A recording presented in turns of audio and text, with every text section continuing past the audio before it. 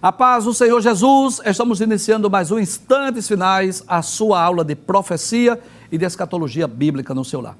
Eu quero mais uma vez agradecer por sua audiência, a você que acompanha a nossa programação pela TV ou pela internet, que Deus te abençoe, que as bênçãos do Senhor Jesus continuem sendo derramadas sobre a sua vida, sobre a sua família.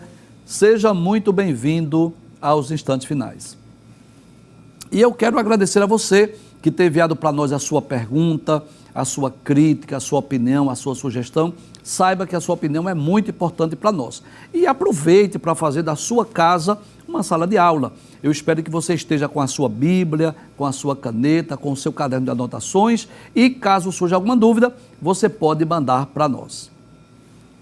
Nós estamos estudando sobre a atualidade da mensagem dos profetas maiores, esse tema maravilhoso, extraordinário, onde nós estamos estudando as profecias e, na medida do possível, falando sobre a atualidade dessa mensagem para os nossos dias. Nós estamos estudando as profecias do livro do profeta Ezequiel, que é o quarto dos 5 livros denominados de profetas maiores, né? Isaías, Jeremias, Lamentações de Jeremias, Ezequiel e depois vamos estudar ainda a profecia de Daniel. Nos programas anteriores, nós estudamos sobre os seguintes temas. Nós estudamos uma profecia contra a idolatria de Israel e estudamos também sobre uma promessa de restauração. Hoje vamos estudar um dos temas mais importantes do livro, que é a glória de Deus se afasta de Jerusalém. Olha, esse tema hoje eu posso dizer sem medo de errar, que é um tema muito atual, muito contemporâneo. Eu tenho certeza que o Espírito Santo de Deus falará às nossas vidas e aos nossos corações baseado nesse tema. Vamos ler a introdução da nossa aula. Nós dizemos assim, que a glória de Deus representa a presença de Javé, ou a presença de Jeová. Ela manifestou-se aos filhos de Israel quando Moisés dedicou o tabernáculo de Deus e, da mesma forma, no culto de dedicação do templo em Jerusalém. Eu quero ler essas referências lá em Êxodo, capítulo 40, versículos 34 e 35. Traz a tela, por favor. Olha que coisa interessante. Em Êxodo, capítulo de número 25, Deus disse a Moisés que ele pedisse ofertas, recolhesse as ofertas do povo para construir o tabernáculo. Você sabe que o tabernáculo era uma espécie de um templo móvel, que serviu como lugar de culto, de adoração, durante aqueles 40 anos de peregrinação. Então Deus disse a Moisés que pedisse ao povo prata, ouro, madeira, pele de tecido, peles de animais. E é um texto que eu gosto muito, que é Êxodo capítulo 25, versículo 8, que diz: e me farão um santuário e habitarei no meio deles. Então, de uma forma simbólica, posso dizer assim, é como se Deus habitasse ali dentro daquela arca da aliança. Eu digo simbólica porque, claro, que Deus não pode ser colocado dentro de uma arca, claro. Nem os céus dos céus podem conter a Deus. Mas que coisa interessante. Moisés recolhe as ofertas, Deus levanta 2 artífices, que foi Bezalel e Aholiabe, que fizeram, os utensílios do templo, do tabernáculo, e assim o tabernáculo ficou pronto.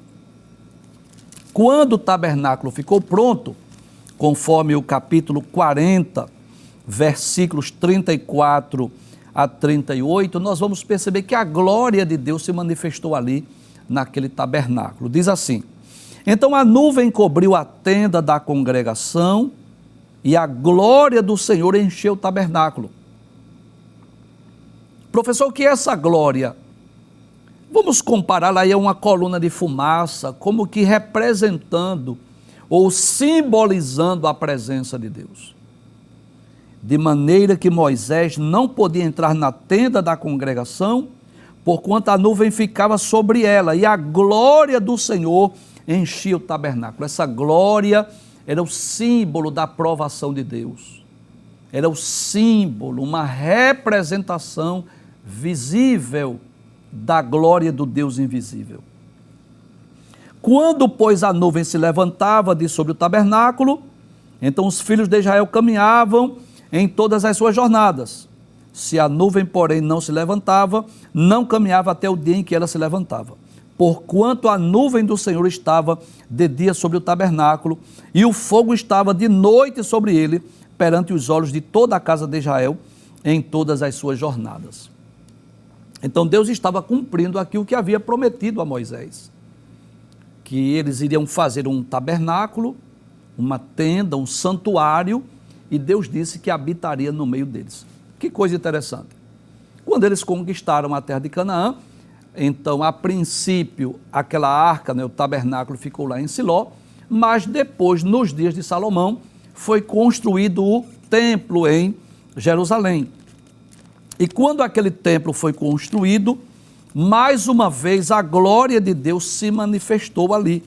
Segundo o livro das Crônicas, capítulo de número 7, versículos 1 e 2. Diz assim: E acabando Salomão de orar, desceu fogo do céu, e consumiu o holocausto e os sacrifícios, e a glória do Senhor encheu a casa. Perceba, a glória do Senhor que estava no tabernáculo, agora encheu o templo em Jerusalém. Mais uma vez eu repito, que essa glória tanto representa a aprovação de Deus, quanto a própria presença de Deus. Então a presença de Deus estava ali representada pela sua glória. E os sacerdotes não podiam entrar na casa do Senhor, porque a glória do Senhor tinha enchido a casa do Senhor. E todos os filhos de Israel, vendo descer o fogo e a glória do Senhor sobre a casa, encurvaram-se com o rosto na terra sobre o pavimento, e adoraram e louvaram o Senhor, porque é bom, porque a sua benignidade dura para sempre. Então essa glória esteve presente ali no templo em Jerusalém. E é interessante nós observarmos que hoje vamos estudar quando essa glória se retira do templo e ela também se retira da cidade de Jerusalém. Vamos voltar à introdução da nossa aula. Nós dizemos assim: o profeta Ezequiel viu esta glória no templo, conforme capítulo 8, versículo 4. Depois viu-a saindo do templo, capítulo 10, versículo 18 e 19, e depois a viu saindo de Jerusalém, conforme capítulo 11, versículo 22 a 25. E por qual motivo? Qual foi a razão pela qual a glória de Deus saiu do templo, saiu da cidade?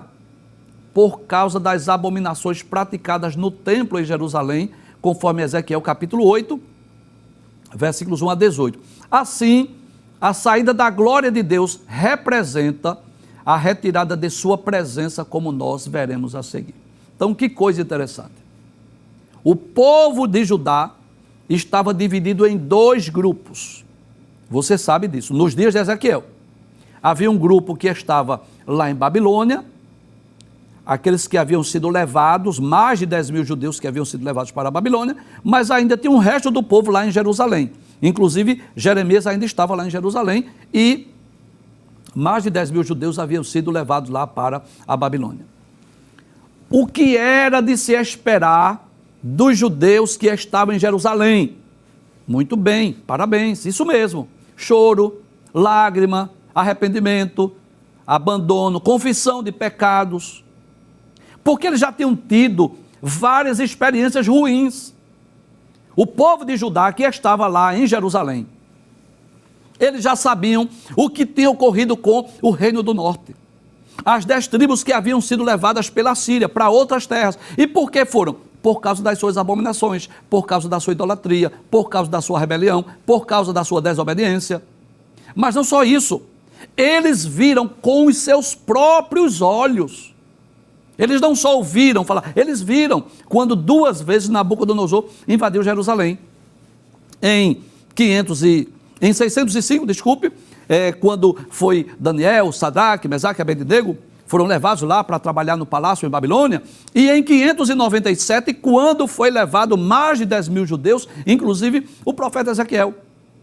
Então, ainda havia uma ameaça de uma terceira invasão, de uma terceira leva, de uma destruição da cidade. O que era de se esperar desse povo? Choro, lágrima, arrependimento, confissão de pecados, abandono do pecado, mas infelizmente não foi isso que aconteceu. O povo que estava em Jerusalém ainda estava mergulhado no seu paganismo, ainda estava mergulhado na sua idolatria. E é por essa razão que a glória de Deus se afastou tanto do templo como da cidade de Jerusalém. Se alguém me perguntasse o que foi que causou o afastamento da glória de Deus, como diz o tema, né, da nossa aula, a glória de Deus afasta de Jerusalém, eu diria, por causa das abominações praticadas no templo em Jerusalém. Já imaginou isso? Aquele templo que Deus havia dito, eu escolhi esse lugar como lugar de sacrifício. Aquele mesmo templo que Deus disse assim, os meus olhos, os meus ouvidos estão atentos à oração desse lugar.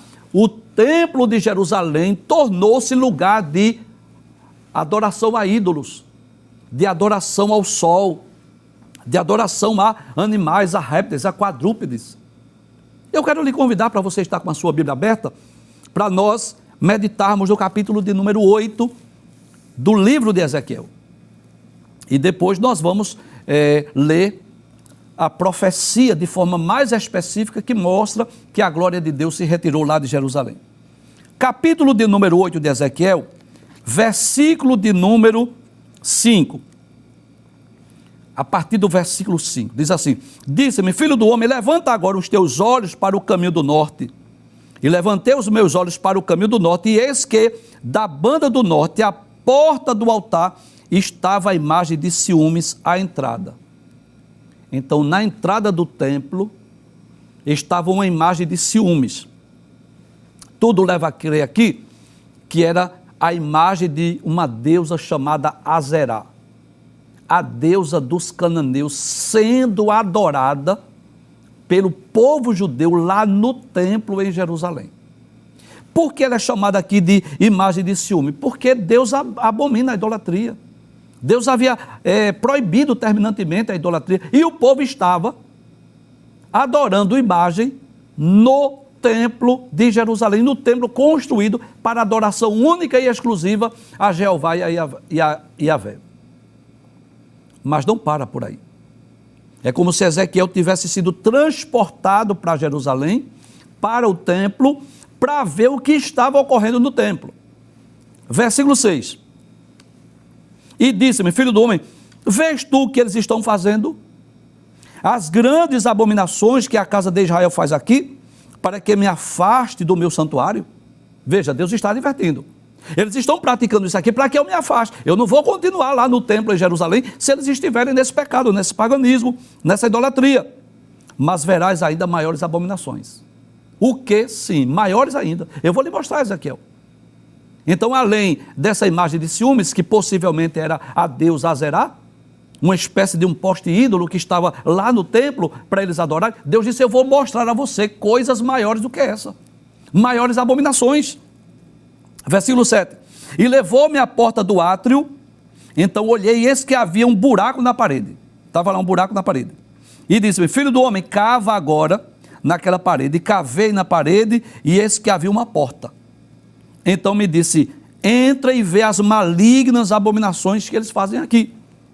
E entrei e olhei, e eis que toda forma de répteis, de animais abomináveis, de todos os ídolos na casa de Israel estavam pintados na parede em redor, em todo o redor. Além da imagem de ciúmes, a deusa Azerá, estava havendo aqui adoração a animais. Várias figuras de animais na parede e o povo judeu recorrendo a esses deuses, a essas divindades, adorando a esses deuses. Mas não para por aí. Como se não bastasse isso, diz, e 70 homens dos anciãos da casa de Israel. Quem eram os anciãos? Eram aqueles homens que eram conselheiros, que eram os líderes espirituais, que deveriam combater o paganismo, a idolatria, que deveriam buscar a Deus, buscar o Senhor, convocar um jejum, que deveriam aconselhar o povo a abandonar suas práticas. Diz o texto, 70 homens dos anciãos da casa de Israel, com Jazanias, filho de Safã, que se achava no meio deles, estavam em pé diante de quê? Das pinturas, das gravuras, das imagens. E cada um tinha na mão um seu incensário, que era aquele objeto de oferecer incenso, e subia uma espessa nuvem de incenso.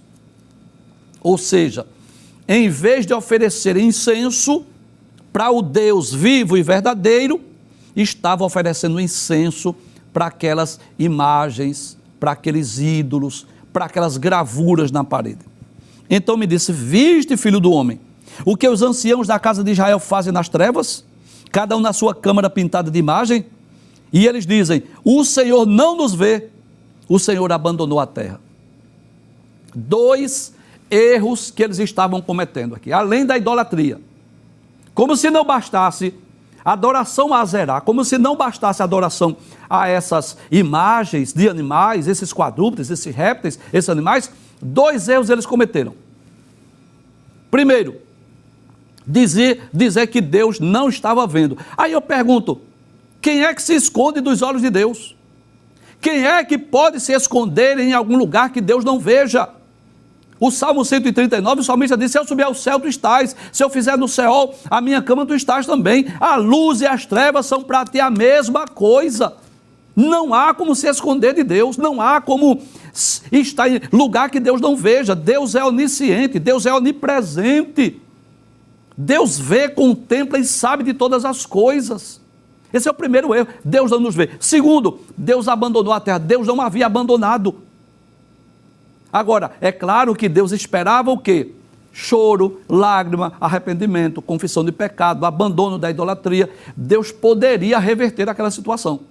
Mas perceba que mesmo que o povo tivesse presenciado duas vezes Nabucodonosor levar, assim, o rei da Babilônia levar o povo para a Babilônia em duas levas, o restante que ficou continuou no seu paganismo, continuou na sua idolatria, dizendo: Deus abandonou. Deus não havia abandonado o povo. Agora, Deus esperava o quê? Uma atitude de arrependimento, de abandono de pecado, para que ele pudesse agir nas suas vidas. Mas não para por aí. Além da adoração a Zerá, além da adoração a essas figuras de animais, de quadrúpedes e répteis, além desses 70 anciãos de Israel que estavam lá na sua idolatria, o texto continua. Versículo 13. Disse-me: tornarás a ver ainda maiores abominações do que essas que eles fazem. Pior do que isso, Deus, pior. Vou lhe mostrar mais, Ezequiel. E levou-me à entrada da porta da casa do Senhor, que está da banda do norte, e eis que estava ali mulheres assentadas, chorando por Tamuz. Sabe quem era Tamuz? Uma divindade babilônica. Olha que coisa tremenda. Eles adoravam a Deus, a Zerá, que era a deusa dos cananeus, e Tamuz agora, Deus lá de Babilônia, uma divindade babilônica. E disse-me: viste, filho do homem, verás ainda abominações maiores do que estas. Versículo 16. E levou-me para o átrio interior da casa do Senhor. E eis que estavam à entrada do templo do Senhor, entre o pórtico e o altar, cerca de 25 homens. Olha que coisa tremenda. De costas para o templo do Senhor, e com o rosto para o oriente, e eles adoravam o sol virados para o oriente. Veja quantas abominações, quantos pecados de idolatria, tudo que Deus proibiu eles estavam fazendo. A adoração agora ao sol. Versículo 17, então me disse: viste, filho do homem, a coisa mais leviana para a casa de Judá do que essas abominações que fazem aqui? Havendo enchido a terra de violência, tornaram a irritar-me, e ei-los a chegar o ramo ao seu nariz. Pelo que também eu procederei com furor. O meu olho não poupará, nem terei piedade, ainda que me gritem aos ouvidos com grande voz, eu não os ouvirei. Eu já disse aqui que Deus não precisa dar satisfação a ninguém. Deus é Senhor, é absoluto, é soberano. Deus não precisa dar satisfação a ninguém, mas sempre ocorre isso. Antes de Deus enviar o juízo, antes de Deus mandar o julgamento, Ele avisa. Ele diz o que vai fazer, por que vai fazer, porque permita-me. Digamos que esse texto não tivesse na Bíblia. Talvez a gente ficasse com dó do povo. Meu Deus, por que foi que Deus fez isso? E por que tanta fúria? Por que tanto ódio aqui? Não é? Ódio no sentido ódio santo, porque Deus não tem essa natureza caída e pecaminosa. Por que esse furor? Por que é que Deus fez isso com a cidade de Jerusalém? Olha a causa. O povo, em vez de buscar ao Senhor, estava adorando deuses, imagens, permanecendo lá na sua idolatria, no seu paganismo. E claro, Deus não divide sua glória com ninguém. Olha que coisa interessante. Enquanto a glória de Deus estava no templo, Nabucodonosor não podia destruir. É quando essa glória sai, é quando a glória de Deus é retirada, que o templo é destruído. Nós vamos estudar esse tema hoje, baseado em 2 capítulos. Capítulo 10, versículo 18 a 20, que mostra a glória de Deus saindo do templo, e capítulo 11, versículos 22 a 25, quando a glória de Deus sai de Jerusalém. Perceba que isso ocorre por etapas. Deixa eu ler logo o texto e eu vou ler sem explicar. Diz assim: então os querubins elevaram as suas asas e as rodas os acompanhavam, e a glória do Deus de Israel estava no alto sobre eles. A glória do Senhor subiu do meio da cidade e se pôs sobre o monte que está a leste da cidade. Depois o Espírito me levou à Caldeia, para junto dos exilados, numa visão pelo Espírito de Deus, e a visão que eu havia tido se afastou de mim. Então contei aos exilados todas as coisas que o Senhor me havia mostrado. Então perceba que a glória do Senhor, ela vai saindo por etapas, de forma gradativa e paulatina, tá certo? Então vamos perceber essas etapas do afastamento da glória de Deus. Primeiro, eu quero lembrar que Ezequiel viu a glória de Deus ainda no templo, capítulo 8, versículo de número 4, diz: e eis que a glória do Deus de Israel estava ali, conforme a semelhança que eu tinha visto no vale. Então ele tinha visto a princípio a glória de Deus.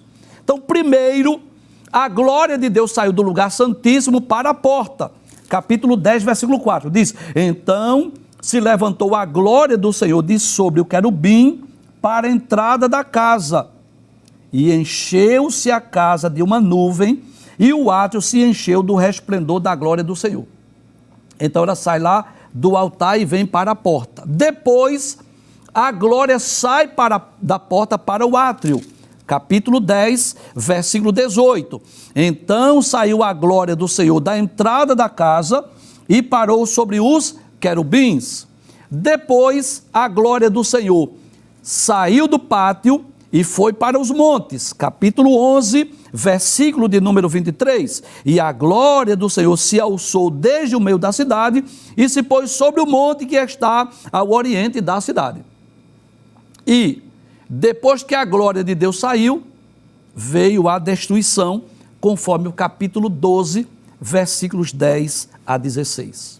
Então, se você perguntar, ora, eu quero ler esse texto, Ezequiel capítulo 12, versículo 10 até o versículo de número 16, que foi, depois que a glória de Deus se retirou, depois que a presença de Deus já não estava mais no templo, foi que Deus permitiu que Nabucodonosor viesse e destruísse o templo, destruísse a casa.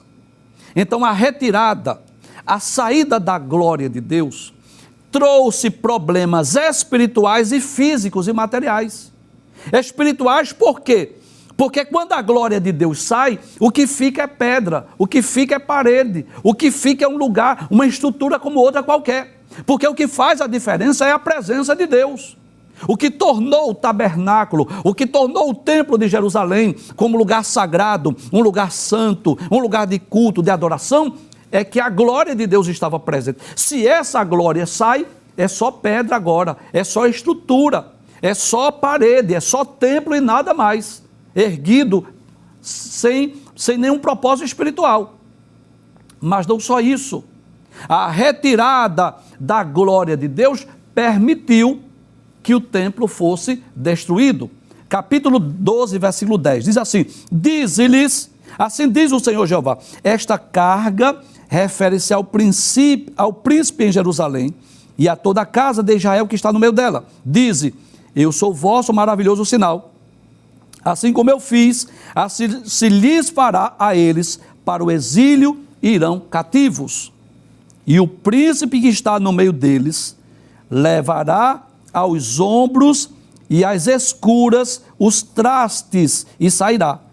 A parede escavarão para os tirarem por ela, o rosto cobrirá para que com os seus olhos não veja a terra. Também estenderei a minha rede sobre ele e será apanhado no meu laço e levarei para a Babilônia, a terra dos caldeus, mas não verá, ainda que ali morrerá. E todos os que estiverem ao redor dela, para o seu socorro, e todas as suas tropas espalharei a todos os ventos, e desembainharei a espada atrás deles. Então perceba que Deus está falando aqui da destruição do rei, da cidade. Assim saberão que eu sou o Senhor, quando eu os dispersar entre as nações e os espalhar pelas terras. Mas deles deixarei ficar alguns poucos, escapos da espada, da fome e da peste, para que contem todas as suas abominações entre as nações para onde forem, e saberão que eu sou o Senhor. Então, além da retirada da glória, tornar o templo como uma estrutura qualquer, a retirada da glória de Deus também provocou destruição. A pergunta é, como é que nós vamos aplicar esse texto para a nossa realidade? Aí eu vou lhe explicar. É que o templo de Jerusalém, primeiro, eu quero lembrar que o templo foi um lugar escolhido por Deus, onde o próprio Deus havia dito que os seus olhos e os seus ouvidos estariam atentos à oração daquele lugar. Todos nós sabemos disso. Era propósito de Davi construir uma grande casa para o Senhor, mas Deus disse, não, você é um homem sanguinário, quem vai construir é seu filho Salomão. E Salomão construiu aquele templo, a glória de Deus estava ali, e o povo tinha um lugar de culto, um lugar de adoração, de oferta, de sacrifício, mas agora a glória de Deus saiu. Deus disse, agora será destruída essa casa será arruinada. E o que é que nós aprendemos? Como é que nós podemos aplicar isso? É que, infelizmente, eu digo isso com tristeza, eu digo isso com pesar no coração, mas existem muitos lugares que, a princípio, eles foram construídos com esse objetivo de fazer dali um lugar de culto, um lugar de adoração, um lugar de louvor a Deus, um lugar de pregação do Evangelho, um lugar de ensino da palavra, visando a conversão dos pecadores, a edificação da igreja, o retorno dos desviados. Mas é lamentável que muitos lugares agora, que outrora era lugar de culto a Deus, lugar de ofertas, de sacrifícios, lugar de adoração ao Senhor, tornaram-se agora pura e simplesmente lugares sociais, lugares de entretenimento. Permita-me dizer isso, mas tem pessoas que estão indo ao templo como quem vai ao shopping, como quem vai a uma praça de alimentação, fazendo do culto um verdadeiro show. Mas sabe por quê? É porque a glória de Deus já não está lá. E eu posso até dizer sem medo de errar, na verdade a glória de Deus nunca nem esteve em muitos lugares. Porque sabe o que é que torna um culto importante? É a presença de Deus. É claro que Deus não está habitando em templos feitos por mãos humanas, é claro. Mas o que faz a diferença é a presença de Deus no meio do povo. Que é ali onde nós choramos, sentimos a presença de Deus, Deus fala conosco, renova a promessa, renova as nossas forças. Nós aprendemos, crescemos espiritualmente, o Evangelho é pregado, as pessoas se convertem, as pessoas são edificadas. Esse é o objetivo do culto, um lugar de adoração a Deus, onde nós vamos ao culto, ao templo, com esse objetivo de ofertar, de oferecer a Deus o nosso culto racional. É o que Paulo diz aos Romanos, capítulo 12. Rogo-vos, pois, irmãos, pela compaixão de Deus, que apresenteis o vosso corpo como sacrifício vivo, santo e agradável a Deus, que é o vosso culto racional. Olha que coisa interessante. No Antigo Testamento, as pessoas levavam o quê? Ovelha, bode, carneiro, novilha, animais que eram mortos, ou seja, a oferta, o sacrifício era de animais mortos. Mas Paulo diz assim: eu rogo-vos, pois, irmãos, pela compaixão de Deus, que vocês apresentem os vossos corpos em sacrifício vivo, santo e agradável a Deus. Então o culto não deve ser, guarde o que eu vou lhe dizer, culto não deve ser lugar onde a gente vai buscar, trazer, não. Culto não é shopping, não é supermercado. Culto é o lugar que nós vamos levar. Levar o quê? A nossa adoração. É aquele momento que nós reservamos para estar naquele lugar, naquele templo, com os nossos cânticos congregacionais. É o momento que nós vamos adorar a Deus, nós vamos ouvir a ministração da palavra de Deus, nós vamos levar as nossas ofertas. Primeiro, culto é lugar de oferta, de adoração, de oração, de louvor, de pregação da palavra de Deus.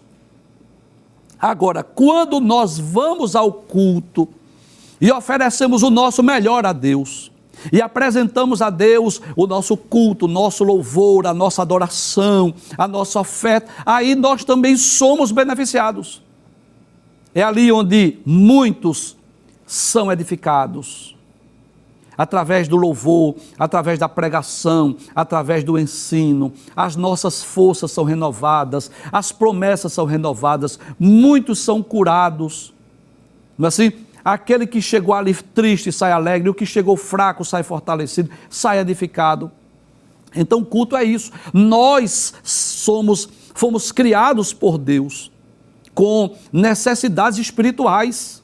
Da mesma forma que nós temos necessidades físicas, biológicas, precisamos, por exemplo, de alimento, de água, de oxigênio, nós também temos esse anelo pelo sobrenatural. Nós somos seres espirituais, somos religiosos. Nossa alma anela pelo sobrenatural. Então, o culto é isso. É o lugar onde nós vamos para adorar a Deus e ao mesmo tempo sermos edificados. Quando a glória de Deus está presente, o culto não precisa de entretenimento. Não. Entretenimento a gente faz de outro lugar. Quer praticar esporte, procura uma quadra. Vai procurar uma quadra de esportes aí para praticar esportes. Se quer dançar, deve procurar outro lugar, um salão qualquer aí para dançar. No culto, não. Então as pessoas estão transformando o culto em show. Pregadores e cantores em artistas. E permita-me dizer isso. O povo judeu, o povo de Israel, estava adorando aqui a Tamuz, a Azerá, ao sol, aquelas esculturas na parede. E você talvez diga assim: graças a Deus aqui no templo onde eu estou adorando, graças a Deus aqui não tem imagem de escultura. Mas permita-me dizer isso. Existem também cristãos, evangélicos, idólatras, que vão muitas vezes ao culto por causa de um cantor, por causa de um pregador, por causa de um artista. Muitos cantores e pregadores já se tornaram ídolos, já se tornaram artistas. Permita dizer isso. Mas infelizmente muitos pregadores da palavra de Deus já não estão mais preocupados ou interessados na conversão dos pecadores, no retorno dos desviados, na edificação da igreja. A preocupação dele qual é? Likes, visualizações, fama. Porque em vez de estarem interessados em que aquele vídeo, ou aquela pregação, ou aquele estudo, as pessoas possam assistir, possam ser edificadas, possam crescer espiritualmente, está mais interessado em ficar famoso, está mais interessado nos likes, das visualizações, na viralização do vídeo. Essa é a verdade, é o mundo que nós estamos vivendo. E o que é que nós precisamos? É que a glória de Deus esteja entre nós. Eu não vou dizer no templo necessariamente, porque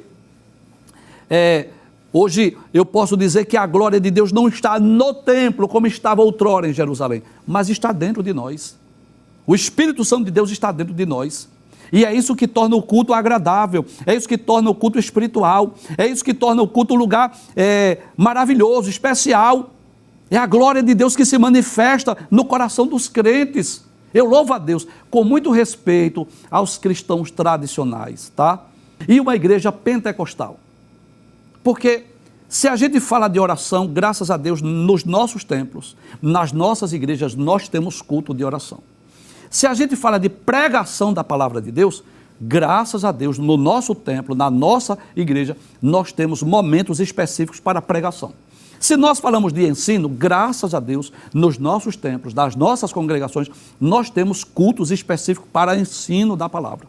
Se a gente fala sobre missões transculturais, graças a Deus, na nossa igreja, nos nossos templos, nós temos cultos específicos de missões, nós temos missionários mantidos pela nossa igreja, graças a Deus. Se nós falamos sobre dons espirituais, manifestação de dons espirituais, graças a Deus, a presença de Deus está presente também no nosso culto, através dos cânticos, através da manifestação dos dons espirituais. Então, lamentavelmente, por causa dos pecados, do paganismo, da idolatria, o povo de Judá, adorando a deuses, ídolos lá no templo, a glória de Deus saiu do templo, saiu de Jerusalém e depois o pior aconteceu. O templo foi destruído e a cidade também foi destruída. Que Deus nos guarde, que Deus nos livre de permitirmos que a glória de Deus, que a presença de Deus se ausente de nós, porque os prejuízos são irreparáveis.